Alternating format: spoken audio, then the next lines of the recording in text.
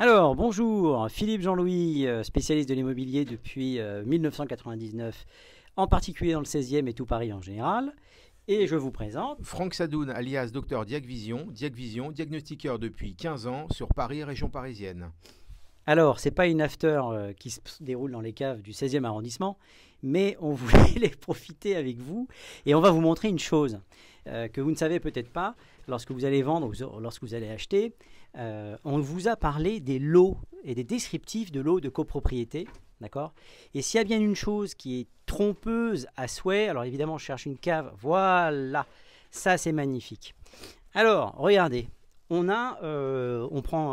dit n'importe quoi, le lot 7 de la copropriété comprend un appartement, une cave numéro 6 et patati et patata. Et puis quand on descend et qu'on cherche la cave numéro 6, on se retrouve... Assistant, est-ce que tu peux m'éclairer Voilà. Bien sûr, bien sûr. Donc ça, dans le bon sens, c'est la cave numéro 6, d'accord?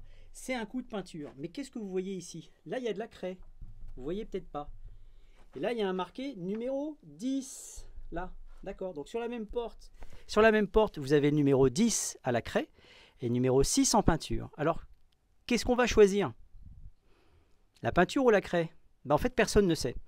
La craie, c'est vraisemblablement une intervention des pompiers dans les parties communes qui ont vérifié que chaque cave soit vidée ou au moins ils notent, ils stipulent et ils vont renoter en fait les caves. Et si vous avez quelqu'un qui, 4 ans plus tard ou 5 ans plus tard, revient peindre les numéros de porte, bon, je ne vais pas dire une bêtise, eh ben, il va reprendre le numéro 10, une fois sur deux. Voilà, il ne s'est pas gouré, hein, c'est ce qui a marqué sur la porte.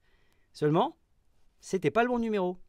Et ça passe de propriétaire en propriétaire en propriétaire, jusqu'au jour, et je le vis en direct avec l'appartement dans le 11e arrondissement, tu sais, une location. Oui. Où j'ai un copropriétaire qui envoie un courrier de menace à mes locataires, qui dit oui, vous occupez, vous êtes... Alors qu'est-ce qu'il leur a écrit? Violation de domicile, c'est ma cave, vous avez 2 jours pour partir, etc. Et en fait, on se rend compte, elles n'avaient pas accès à la cave, mais elles ont bien reçu le terme, la lettre, c'est que le propriétaire, depuis des années, il y a eu une inversion de cave dans les lots. Et qu'est-ce qu'ils ont fait? Ben, ils ont ouvert la cave, ils se sont dit, bah mince alors, il y a des affaires qui sont dans notre cave, eh ben on va tout jeter. Et ils ont tout balancé. Donc ils ont tout jeté, et aujourd'hui ils se retrouvent avec une erreur monstrueuse, et ils se rendent compte que ce n'était pas leur cave, c'était une inversion de numéro due à un entrepreneur. Voilà. Lumière, assistant. C'est vraiment... non mais... Ce mec est une catastrophe. Ça me fait penser au Père Noël est une ordure. Oui, c'est ça. Lumière, Pierre. voilà, donc petite Tout ça pour dire partage d'expérience. Le numéro de lot, lui, ne change jamais. Et donc, pourquoi c'est intéressant que tu sois là, toi? Parce que les numéros de lot, on les transfère directement à l'entreprise. Et vous avez des entreprises pas sérieuses qui vous font des dossiers de diagnostic technique sans numéro de lot. Et ils disent, oh, bah, c'est pas grave. Donc vous avez une adresse et pas de numéro de lot. Ça n'a aucune valeur. Donc je passe. Je peux me permettre de te passer la parole. Parce que c'est la carte d'identité. Bonjour. Voilà. Parce que c'est la carte d'identité de l'appartement dans la copropriété. Sans numéro de lot, le rapport, il vaut 0. Voilà, faut le dire. Et il n'est pas vendu 0. Mais il n'est pas vendu 0. Mais il n'est pas vendu du tout puisque le notaire ne signera pas. Ça dépend des notaires. Ils ne sont pas tous très... Si.